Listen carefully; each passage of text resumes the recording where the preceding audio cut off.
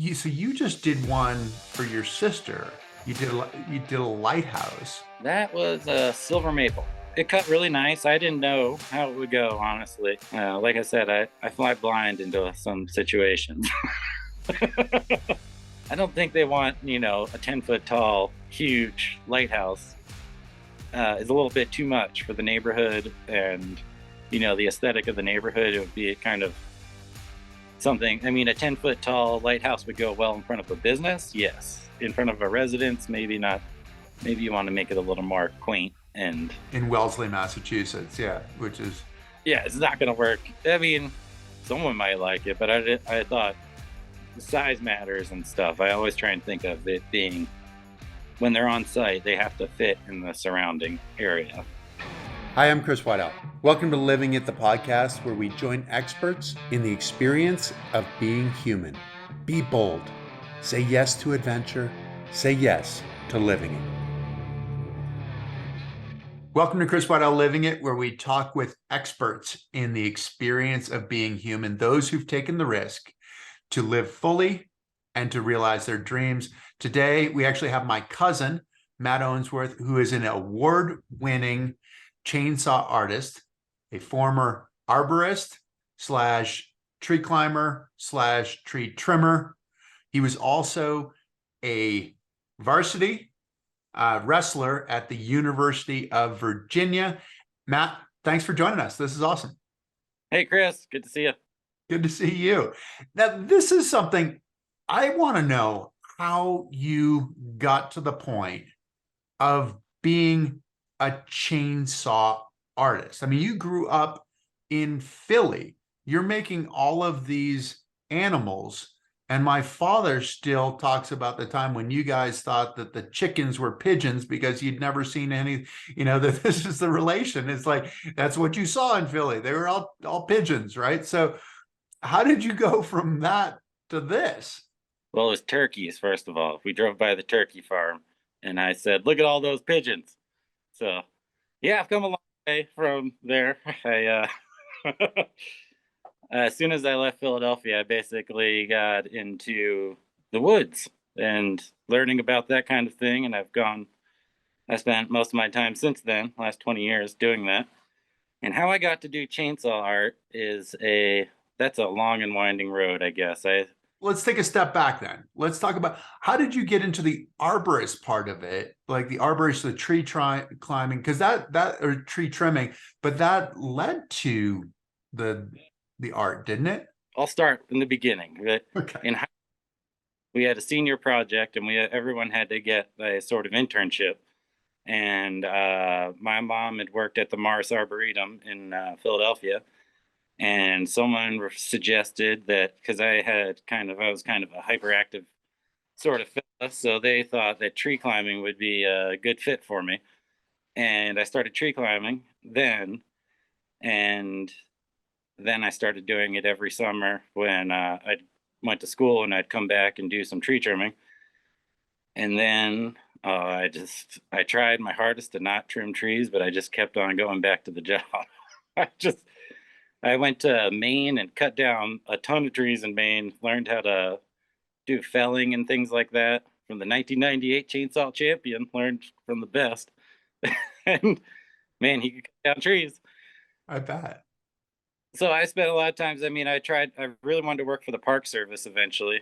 And then that was one of my goals. I thought that would be a really cool thing to do, is to work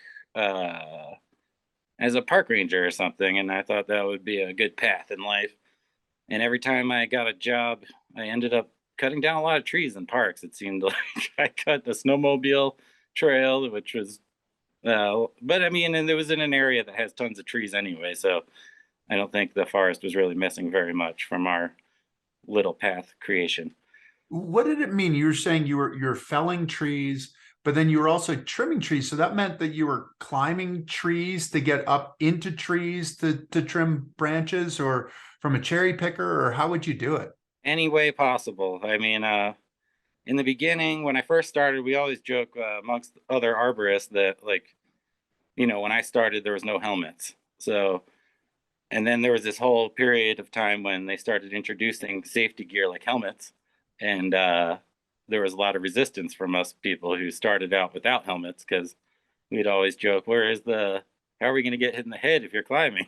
Like, you're above everything that will hit you in the head.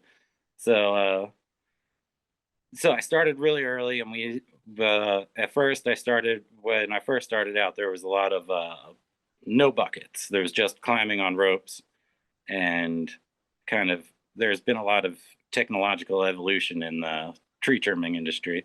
And then when I ended, after about 16 to 20 years, when I stopped and started chainsaw carving, I was mostly riding a crane ball into a tree and strapping for big removals. So I'd strap the tree to the crane, and then make a big cut and remove large pieces of wood that way.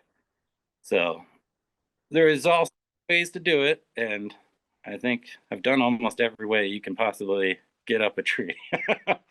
But I love climbing, so it didn't bother me that much. So you love climbing, but there was a science and an art to trimming trees too, wasn't there? I mean, in some ways it sounds like, for those uneducated, for those of us who are uneducated, it sounds like, well, you go chop a tree down, you go cut a tree down, you trim off some branches, it's all good. But there was really a science and an art to what you were doing, though, wasn't there?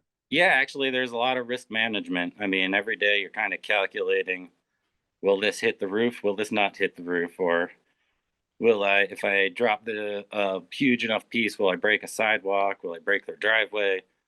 You're constantly trying not to break things. And every so often you do break things. And then basically you've lost the job. You did a lot of work for nothing.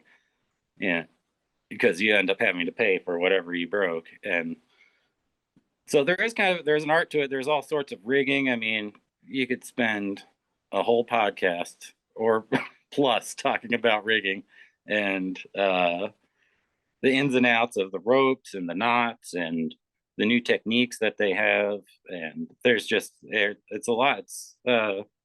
It's really interesting, and it's never boring. That's why I kind of kept doing it. I never got tired of until I got tired of doing it. It was very entertaining, and I never watched the clock, which was a nice change from a lot of the other jobs I've had in the past, where you have to work a 10-hour day and you have nothing to do, and you're just sort of watching time slip away, which was kind of boring to me. I'd much rather work much harder, I guess, and be entertained. Because Well, you told me at one point that you were particularly good at some cut, that, placing a cut that then in some ways was the gateway to making it an art form. Is this true? I pride myself, money cuts, that's what we call them. You don't mess it up. It's first try. Like if I make a pie cut or whatever, the pie cut is what you use to make the tree go hopefully the same direction as the pie cut.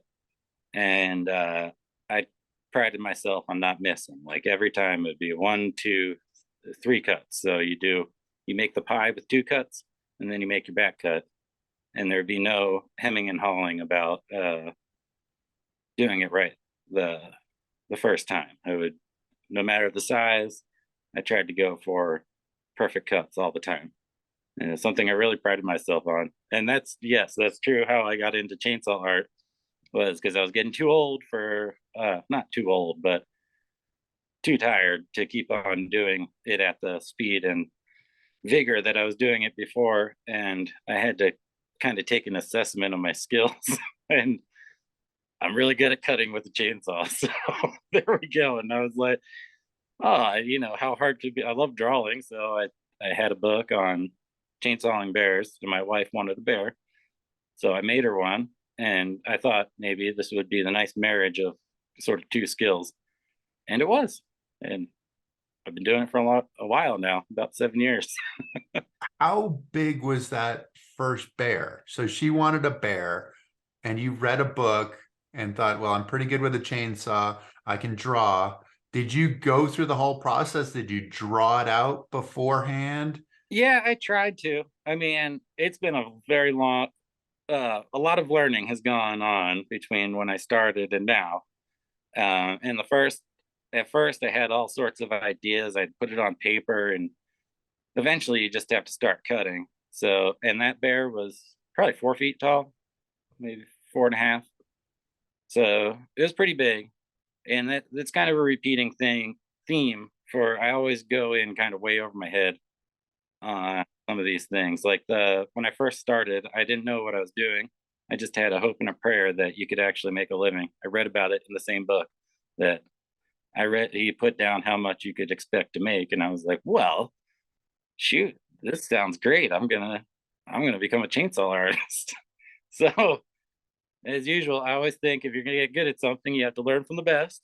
So I went to a competition that I had no business being in and got totally I didn't do it very well, but it was, and the tree was enormous. Like I never did anything that big. And I remember being very nervous, and it was kind of funny because I felt I've done so many dangerous things with the chainsaw in my hand. I remember being like, once the chainsaw started, I kind of relaxed. It was like, I've been here before. It's been very dangerous.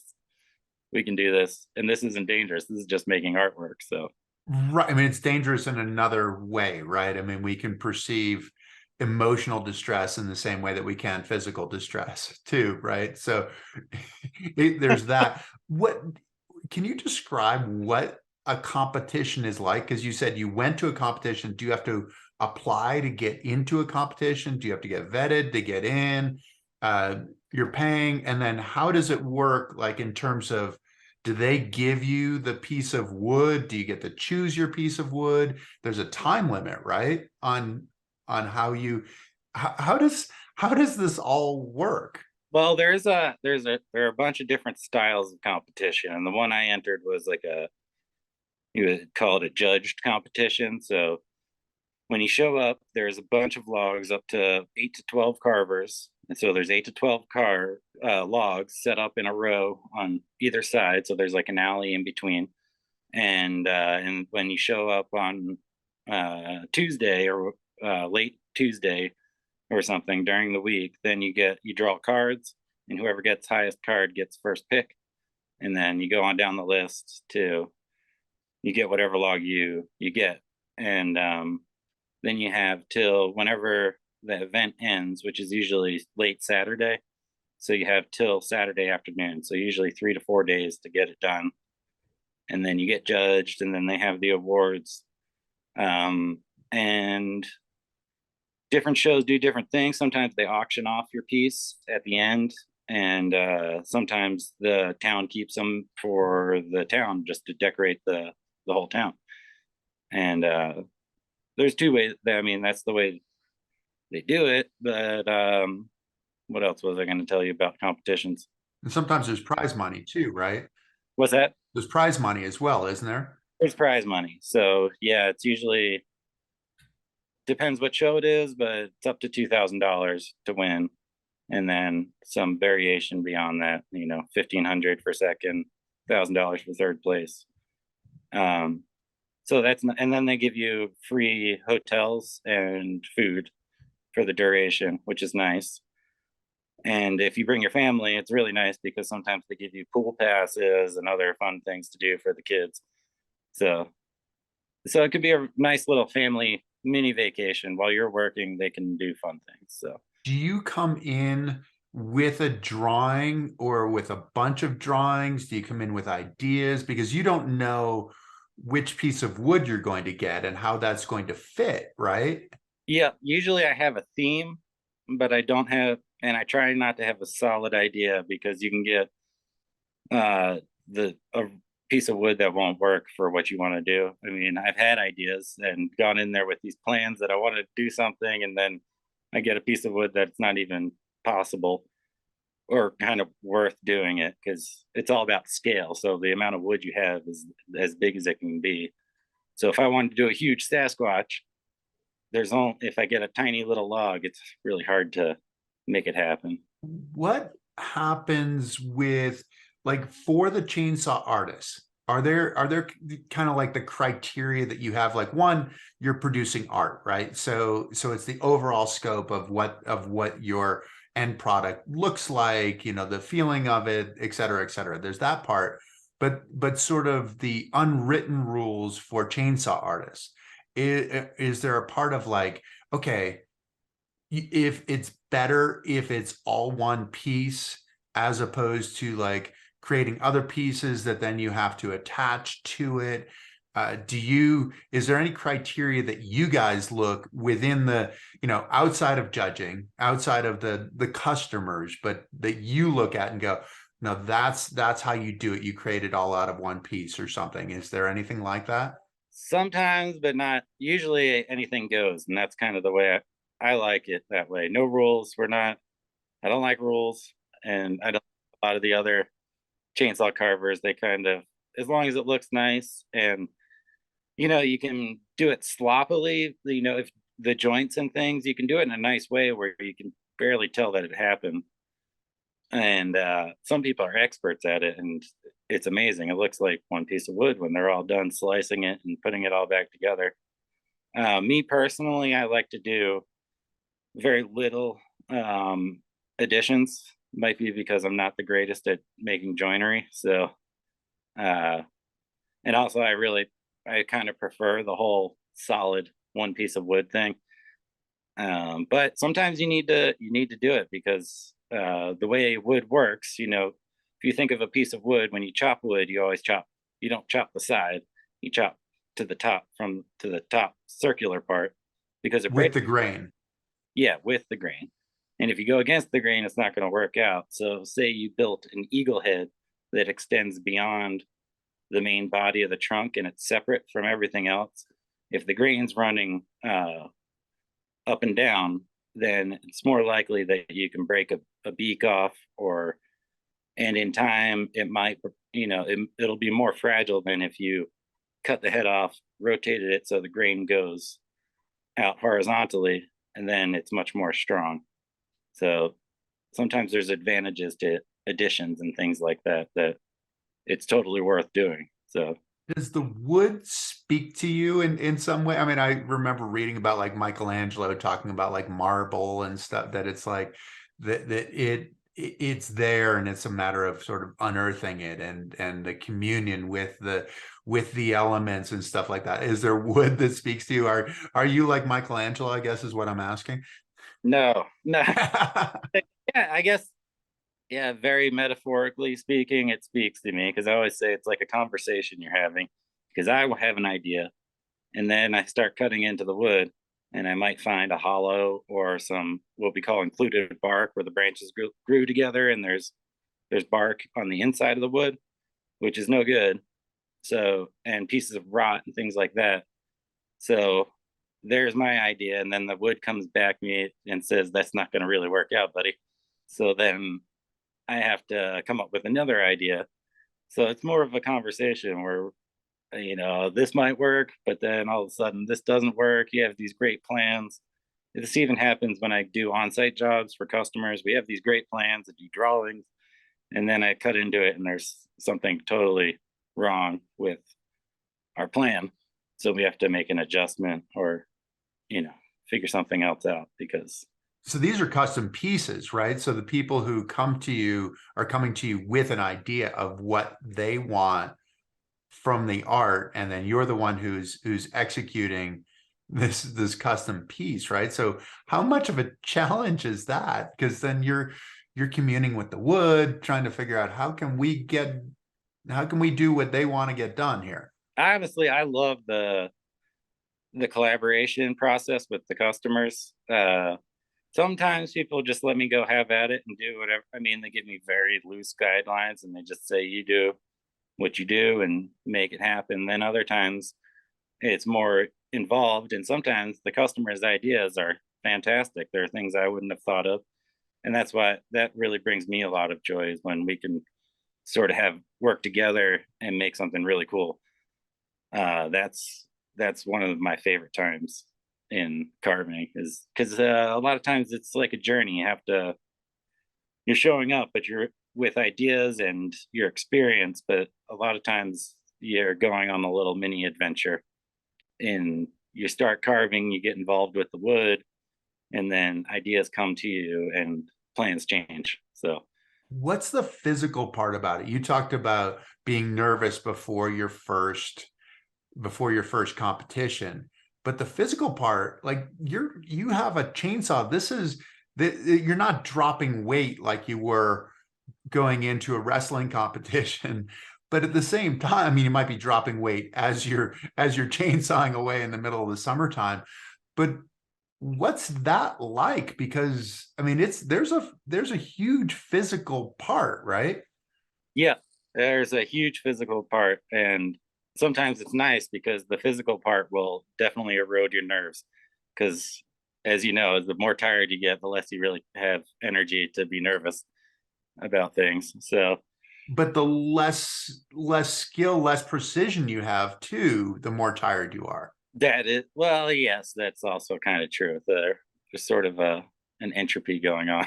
Just trying to survive at a certain point sometimes. But yeah, it's really physical. I mean, this summer it's kind of funny. I can tell this summer after every major show, I would spend a day or two sleeping afterwards. Because at the shows you don't tend to sleep a lot, and it's 10 to 12 hour days generally. And if you spend 10 to 12 hours a day with a chainsaw in your hand, you're going to be pretty tired at the end of 4 days, even if you are in the best shape in the world. So yeah, it's very physical. It's hilarious though. Sometimes the bigger gut you have, you can kind of rest the chainsaw on your belly, and it's a bit easier. So that's kind of nice. So I've been working on my gut. The Eat to Win program, I like it. This is good. Yeah, exactly. What do you use? Because for those of us on the outside, we're thinking chainsaw is like one thing.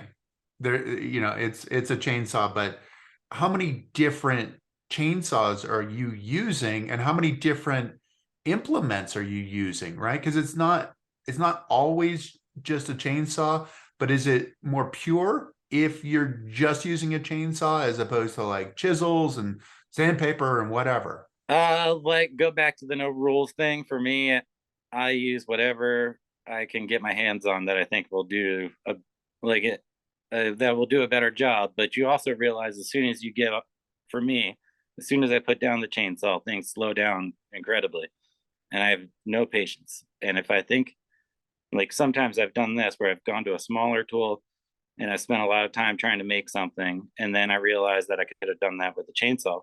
So the next time around, uh, I'll spend more time with the chainsaw and get it down to the size I need it a lot closer than I would before, because I realize how slow and kind of sometimes silly it is to sit there and try and wop off a big piece of wood when you have a chainsaw and you can just do it with a chainsaw. It's so much easier. It's really great.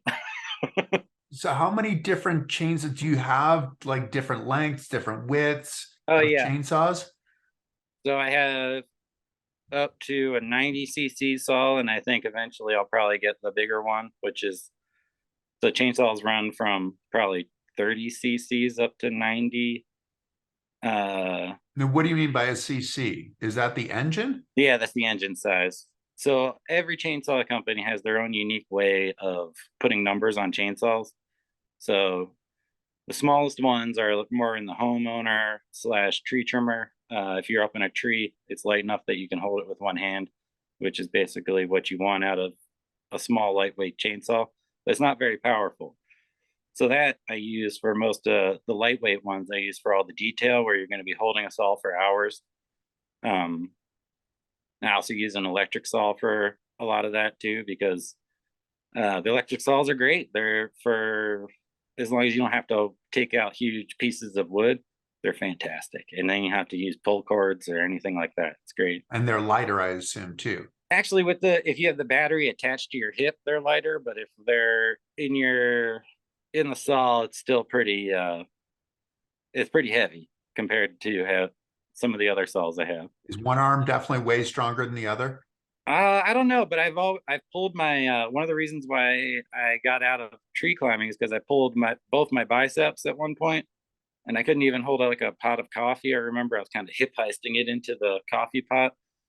It was really bad, and then it's kind of been a nagging injury. Is that and so long story short, I've re-injured both my biceps with the chainsaw. So I guess it's kind of even. And you have to move wood around all the time, which is no small feat. So the wood does not get lighter. No, and you're starting with some big wood, but then also you start with the bigger chainsaw. So like what kind of a length would the bigger chainsaw be? Right now, I think I have on my biggest chainsaw a 32-inch bar on it.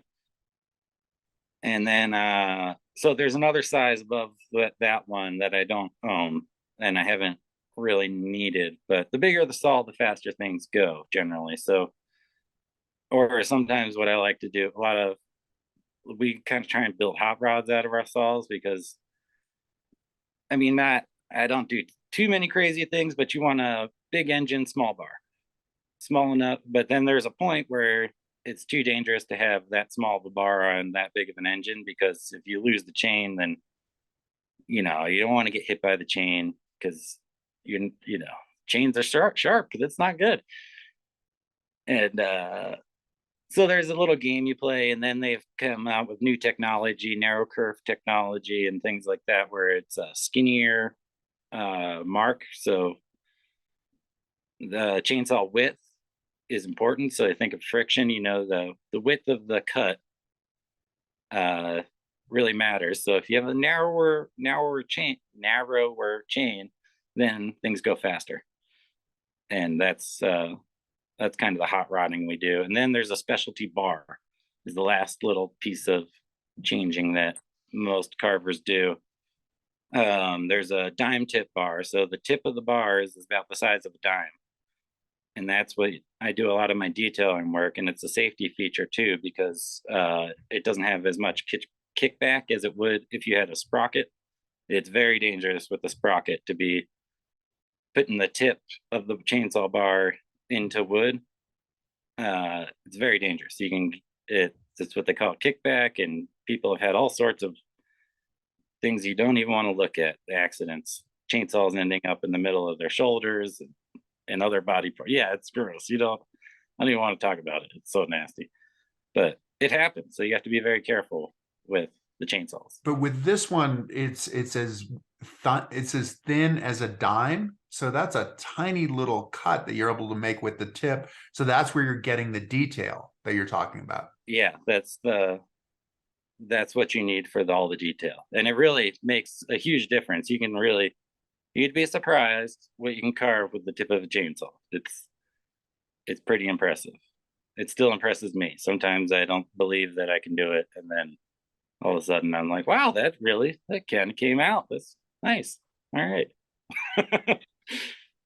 How does that work? Because you do a lot of drawing too, right? So you're drawing as part of developing your eye more. You're actually selling your watercolors as well, right? Yep.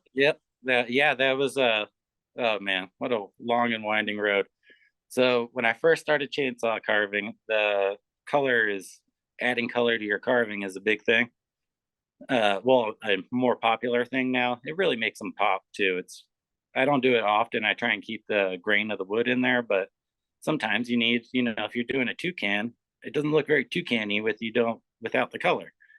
So it really adds a little something to it. And I knew nothing about color mixing. My wife would make fun of me about how terrible I was at the color wheel and things like that.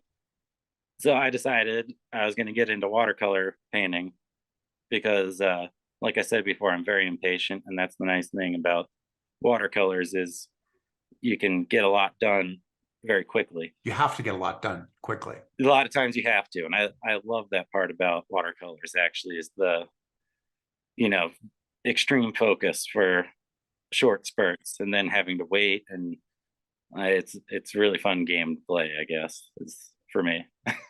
What's the evolution of chainsaw art? Because I've read some of the places. I mean, what you're going to like chuck wagon and chainsaws and some of these. I mean, these sound so Western, and I mean, it really is. I mean, it sounds like you're coming out of the woods kind of thing, or you're going back in years. But how has this come from like the totems back in like the Puyallup Fair to what you're seeing now, and what is your goal as an artist? What are you trying to represent? Let's see. For the history of chainsaw carving, I don't know if I'm qualified to talk about. I know there have been a lot of people I've met who thought they invented it, so that it's been independently discovered a few times. um, let's see. It started out. I think I would say the Northwest is probably where it first got really popular. Um, and then there's a huge event in Pennsylvania, Ridgeway, Pennsylvania, which is kind of like the United States big shindig. I don't know, where tons of carvers at least used to descend on Ridgeway, Pennsylvania, and it would be a big showcase, and people would learn from each other. Like 200 plus carvers, which is an insane amount. So it's grown every year because people get into it and they add their own little specialty to it. Like me, I came from a chainsawing background and tree removal background, and other people come straight out of art school, or they've some people are just have been in business, or you never know where but they add something like their own little touch to it from their own background, and that has helped everyone grow. And it's the community around the chainsaw carvers is really spectacular, where people will I've been people put you up in their house for a few days. You can go carve at their house, and it's such a really open and fun thing to do. Go meet other carvers and have you share and steal their ideas. It's fun. Well, I would imagine your studio, I mean, do you want to call it a studio? How does that work? Because you're creating, I mean, sometimes you're creating outside, sometimes you're creating from a tree that has been felled, so wood that actually has roots. Yep. And sometimes it's an independent piece of wood, whether a block or whether a with bark on it.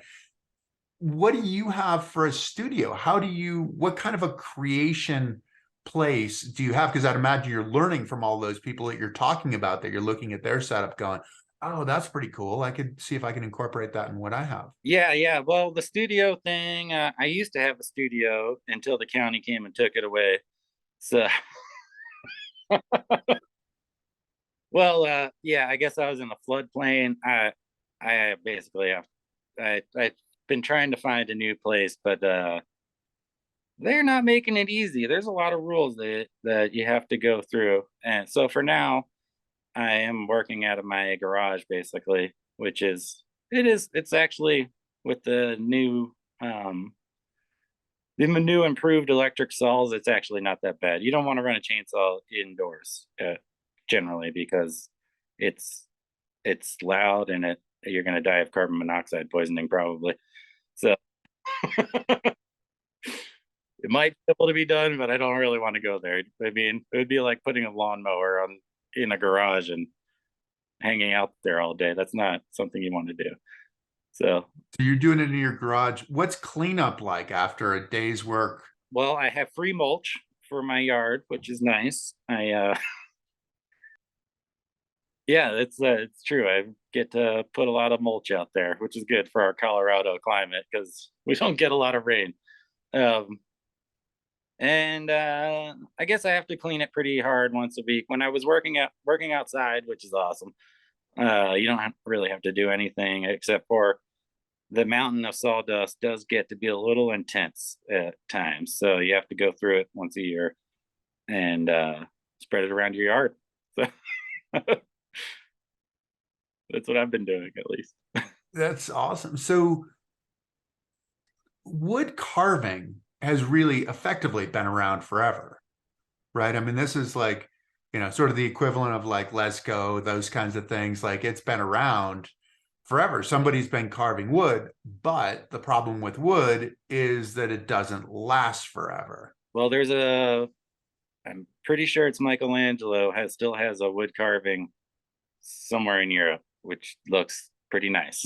Which is awesome. It's great, but that's one of the problems, though, isn't it? I mean, just that there's a temporary nature that wood will effectively decay at some point. Most wood will. What do you use for wood?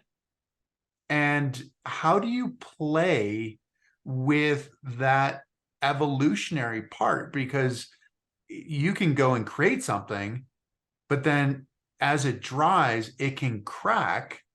And does that become part of the sculpture? So what's the wood that you use, and how do you account for the way that it's going to evolve after you leave it? Well, there's two ways you can go. There's the leave it situation where it's the gains character, as they say, through the years and the weathering process. Um, and also you can go through and put wedges in that, and you cut wedges to the cracks and fill them all back up, and then smooth everything out again. And that's the other way to go. Usually, what I do is if they're the main features, like a face or another kind of main feature, a focal point, if that is developing a big crack, I'll generally fix that. Which I mean, putting a wedge in there and then gluing it in, and then recarving around it. And the most important thing to keeping carvings alive is keeping up with the stain. So if you ever had a wood deck and you don't stain it for a few years, you might be putting your foot through the deck. So it's the same thing. So with some carvings have lasted long. I mean, I have carvings here 7 years old that look pretty much the same way when I did it, when I carved it. But now there's other ones that I did nothing to, and they don't look that good. So It's the preserving it with the stain. What kind of wood do you use? Because it's generally softer wood, right? wood that I use, I would say, yeah, soft wood is the best. Not dry is also another nice thing. Yeah, I like it green, so the drying process will happen after I carve it. Um, and I say yes to more woods than I say no to. So, like around here, it's Colorado, so we don't have a huge selection of wood. So it's pine, cottonwood, elm trees. Things I would say no to in Colorado or would charge a ton of money for would be a honey locust. Sometimes ash trees, and the ash trees are tricky now because of the ash borer, and the ash borers can leave huge holes coming out. Because a lot of times after you carve whatever resident, because there's lots of bugs live in trees, and whatever was living in there, that's kind of the eviction notice when you when you carve the tree and you put the stain on it, they want out. And sometimes that happens as you get done carving, and uh, there's some emerging holes from whatever was in there coming out, and the ash borer leaves huge ones. And sometimes it looks really bad. So, not to mention ash is really hard, and the harder the wood, it's harder on my equipment, and it takes forever. And a lot of times I'd have to replace my chainsaw bars because it's so much friction. It heats up the bars too much, and over the course of a carving, it basically destroys my chainsaw bars. Do you have a favorite? I mean, it sounds like cedar also is one Oh yeah, that's top of the list, but you might not get as much cedar in Colorado as they do in the Pacific Northwest, right? yeah. I mean, the redwood is from the Pacific Northwest is the one of the most coveted pieces of wood. But me getting my hands on it here in Colorado is very unusual. But for Colorado wood, the ponderosa pine is possibly my favorite because it doesn't crack that much, um, and it usually cuts pretty nicely. I mean, it's not so on the East Coast they love the white pine. I don't know if you remember the white pines. Sure. That cuts like butter, apparently. I think I cut a little bit of that. But here in Colorado, everything's a little bit has more knots. There's less clean wood, so it's always a little bit of an effort. But the ponderosa pine is my favorite of all pines. I get really excited when someone wants me to carve a ponderosa at their house because I know that tree's going to look nice for years. So there's other trees where you're like, I might be back here next. I just finished a Siberian elm, and who knows? Next year I'm saving some wood back from it so I can put wedges in it. because I have a feeling that I'm going to have to do some repairs or fixing some cracks in some major location. So you just did one for your sister back on the East Coast. Yeah, that was, You did a lighthouse, which was yeah, amazing. I remember I saw it, and how did that all come together? Because what kind of wood was that? that was a silver maple. Silver maple. Okay. Yep. That's where you get your, the maple sugar for Mhm. it cut really nice. I didn't know how it would go, honestly. Like I said, I fly blind into some situations and just crossing my fingers, everything's going to go great. If it doesn't, then, I'm okay with a little bit of suffering, I guess. It's not that bad. So they felled a tree in their yard, and how much of the tree did they leave for you to work with? They left me 10 feet, but I cut it down because a little bit more. Um, let's see, because I could only bring so much scaffolding was one thing. I didn't really have scaffolding. So I have some, I guess they're drywall benches that you can put on uneven ground. They're really nice, but that'll get you up to about 7 or 8 feet. But I thought for her neighborhood, you don't, I mean, I know Meg and Sam that really well, and I don't think they want, a 10-foot tall, huge lighthouse. Is a little bit too much for the neighborhood and, the aesthetic of the neighborhood. It would be kind of something. I mean, a 10-foot tall lighthouse would go well in front of a business. Yes. In front of a residence, maybe not. Maybe you want to make it a little more quaint and In Wellesley, Massachusetts, yeah, which is yeah, it's not going to work. I mean, someone might like it, but I thought the size matters and stuff. I always try and think of it being when they're on site, they have to fit in the surrounding area. so you started with a 10-foot piece, you cut it down so that it would work with your scaffolding and so that it would fit into the neighborhood.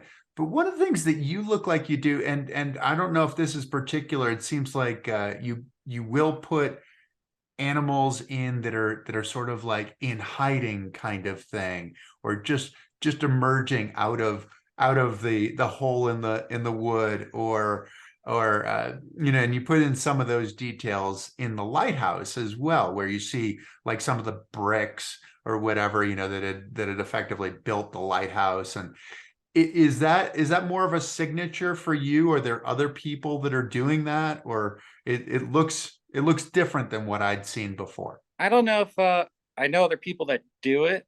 Um, I really like having the idea of, like when you're a little kid and you're walking around, because I used to go to the art museum all the time and I have fond memories of walking around. And if you put something small that was really, small and fun inside your carving and I saw it, it would make me like your carving even more. And I like little surprises like that. And I think of like a little kid walking around the carving. So you see there's a main focal point, but then you walk around and you see other things, and hopefully it gets someone else's imagination going, and they can imagine the world that this is actually happening. Like I put a frog in on makes a large frog, a little bit too big maybe, but just a little whimsy goes a long way sometimes.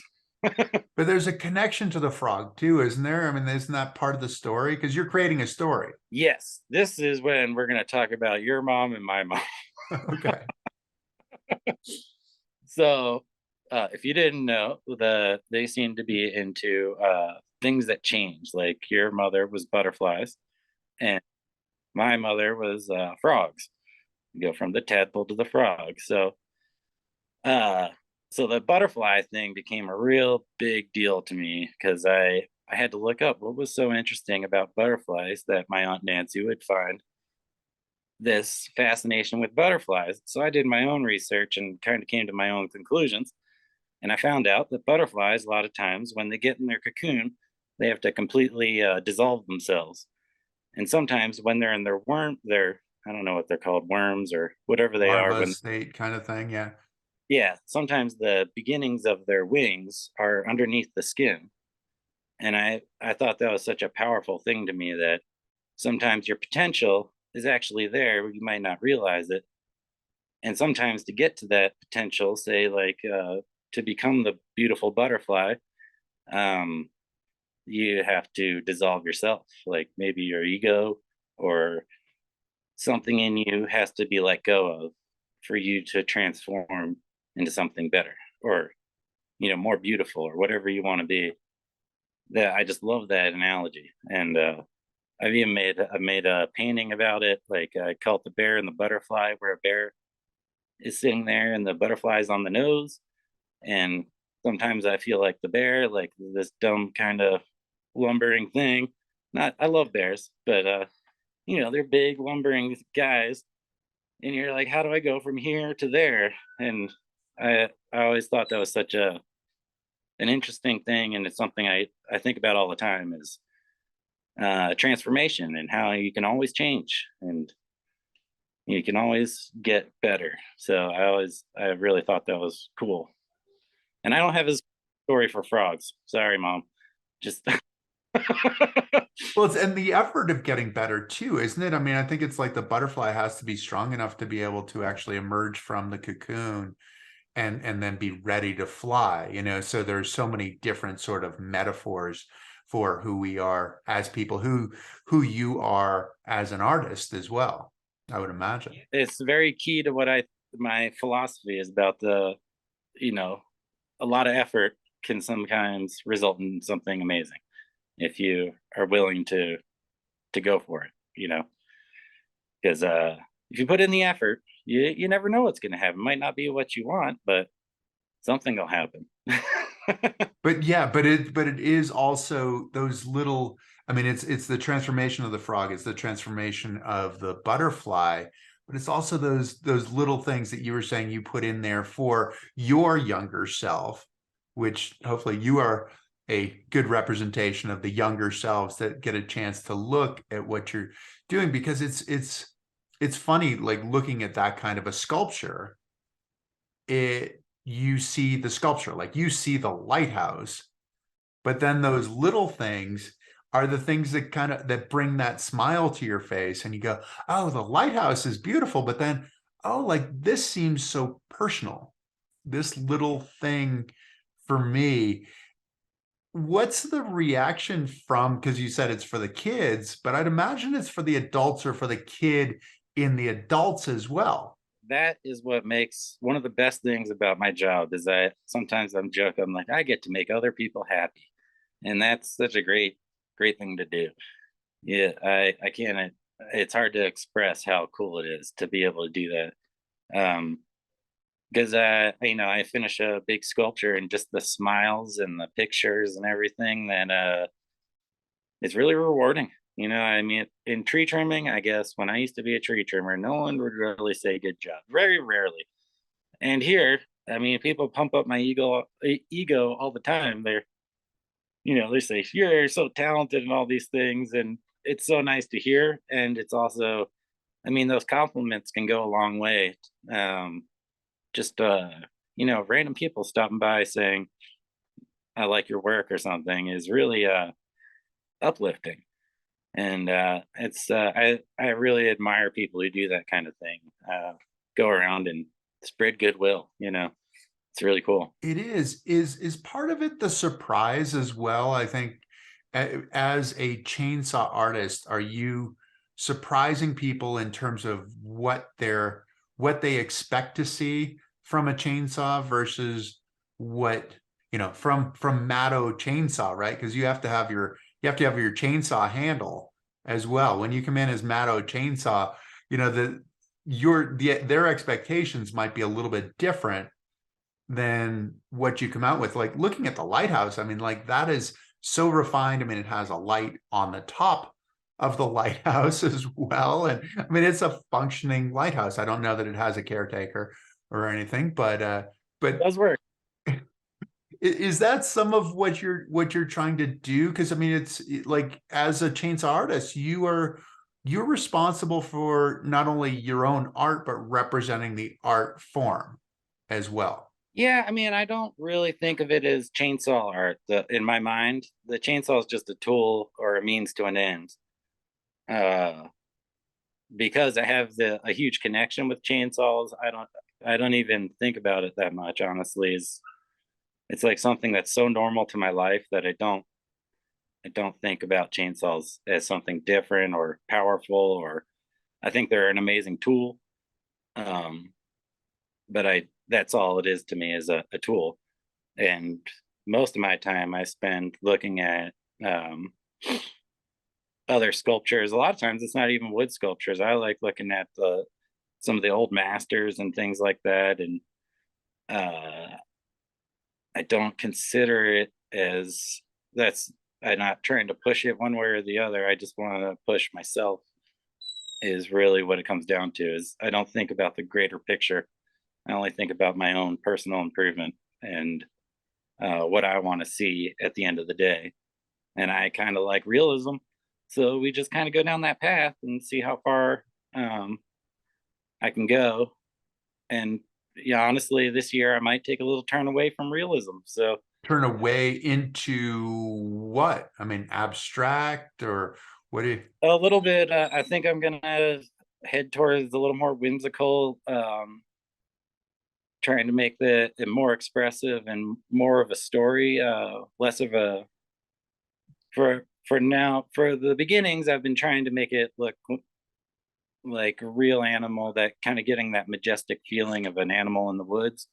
Or I think of those, I want you to walk by it and not, there's not a whole lot of story, just sort of a feeling to it. But this year I'm gonna try and do some, I got some new things I'm gonna try and do, like tell some stories. There's hopefully, like I said, I have some ideas. I want to do some singing frogs for a competition. And yeah, I'm gonna get a little crazier this year, or a little bit different from what I normally do. So, and I'm excited for it. So, Well, you have to keep evolving as an artist. If you're not evolving, you're not pushing the envelope, you're not getting any better, you're not challenging yourself. Who are your heroes and influences for artwork, for the work that you're doing? Or in general, I mean, because it might well find its way into your artwork as well, right? like, I don't know. Let's see. Let's see. Ooh. Well, there's Rodin. Um, but I mean, I grew up. There's the Rodin Museum near my house. So, um, where I grew up in Philadelphia, there was the Rodin Museum. Not now.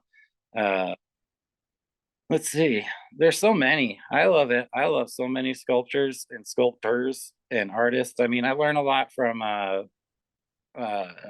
this guy Aaron Blaise. He's a Disney animator.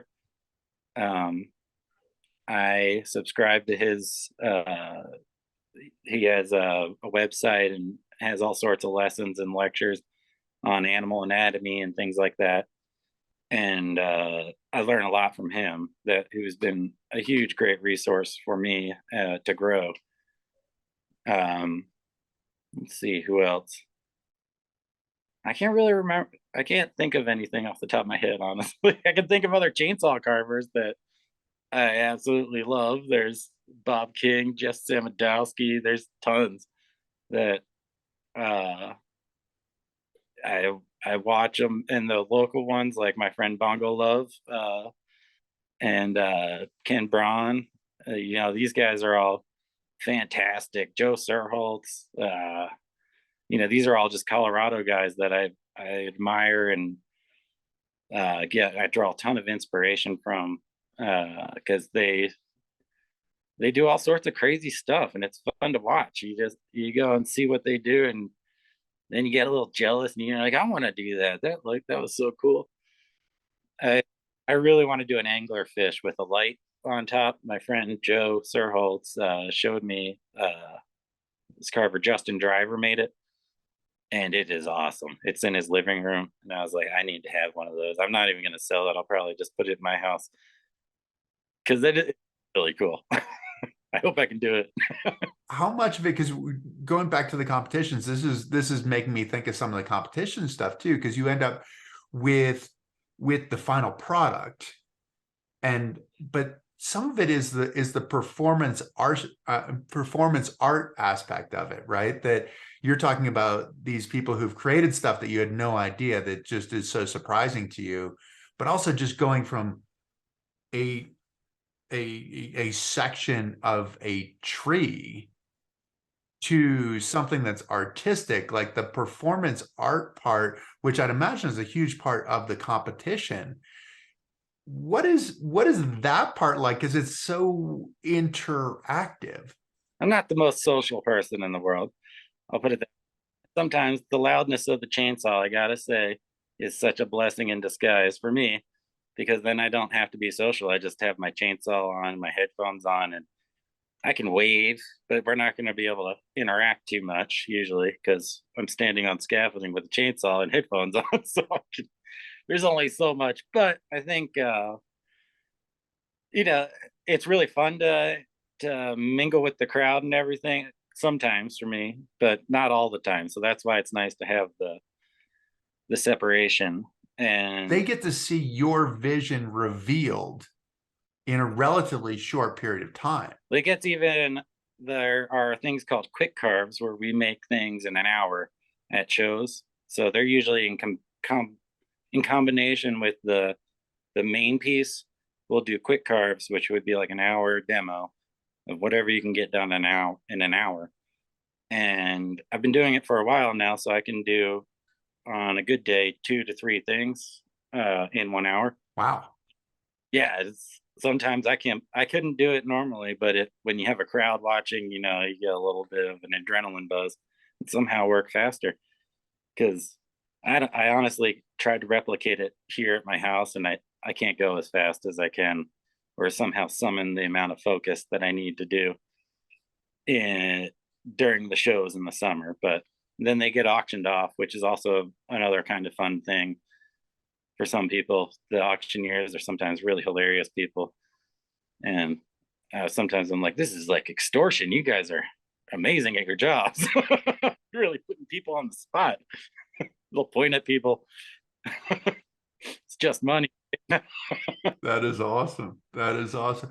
So where's this going for you? You kind of like in the beginning, you said, okay, this book told you that you could actually make a living doing this. There's one part that's making a living. Then there's the other part of your evolution as an artist. Where do you see that going? How's that arc going? I have no idea, honestly. I mean, every year it's like this great reset. We get to the Christmas. I've made it. I made a living this year, and now I get nervous because I have to do it again next year. And I have a few jobs, but not, a year's worth of jobs. So I am trying to survive till next year, and hopefully I get to make it another year after that. And as long as I get to keep on doing it, I'm going to keep trying hard and trying to get better as and improve as I go, because I love doing it, and I really don't, it's going to take a lot for me to stop. I mean, uh, I don't think there's going to be any stopping anytime soon, but you never know. Life's funny. Things change. No, it is. And I understand exactly what you're saying because, like, as a speaker, I can go through times of being really, really busy. And then you get to the end and you think, I wonder if I'm ever going to get hired again. Yeah, And exactly. that's the worry. Yeah. Yeah. It's like you're driving your train all the way to this one point. You're like, yes, I have no more work. Oh no, I have no more work all at the same time. It's just a little bit crazy, but you get it. Do you have any competitions scheduled for 2023? Like places people might actually go and see you? Well, I'll be going to the usual places, which would be Craig, Colorado, which is around Father's Day. That is Whittle the Wood. And then I usually go to Frederick Chainsaws and Chuck Wagons. And that is in the middle of July. And then there's Carve Wars, which I'll do Purgatory Resort near Durango. I don't remember where else we're going this year. There's two more. I do usually do 2 or 3 Carve Wars. Is a carve war different than a regular competition or? Yeah, the format's a little bit different where it's an all 100% auction based. So you are just doing basically a quick carve the whole 4 days, and you make as many pieces as you can. And It all gets auctioned off on Saturday and Sunday, and whoever gets highest in auction wins. So um, it's a really fun competition. I get because then you don't have to be all invested in one piece the whole time. You can really, just you can make whatever you want and kind of do whatever you want. And sometimes it works out, sometimes it doesn't. It's a real game, that one.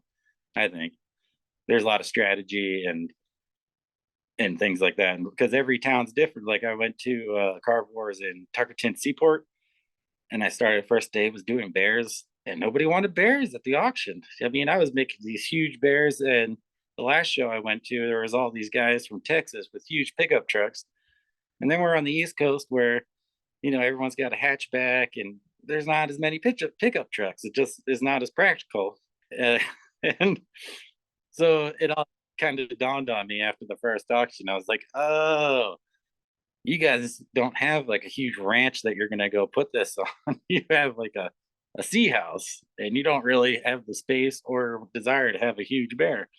So we made some adjustments for the Sunday auction. I did much smaller stuff, a lot of sea turtles and things like that, which it really changed the game. That's what I mean. It's really fun. It's a very gamers kind of competition. You can change your strategy and things like that. Well, that's awesome. So you have the competitions where things get auctioned off. Then you have, I'm assuming you're doing some on spec, that you're just kind of doing your own carvings, whatever you think will be good, that will end up in your gallery. And then you're doing commissions. Are those the three components of the business? Pretty much. I have some retail stores around here that carry my stuff. Yeah, and that's an aspect that I don't. The inventory, there's production carving, which is I can do bears very quickly at this point, but I don't like doing bears very quickly because when I used to do tree work, I pruned a lot of ash trees, and after a while, you're just like, I don't want to prune any more ash trees, and I don't want to get there with carving. I want to, keep pushing into the unknown as opposed to doing something I know over and over again. It's more fun for me to go out and explore. That's what gets me excited about carving, is trying to find a new level, I guess. And I don't think doing inventory all the time is not. It's more of getting a paycheck than pushing the envelope to a new level. It's nice. It's better if I can push the envelope and get a paycheck at the same time, is what I'm saying. That's really what the game I'd rather play.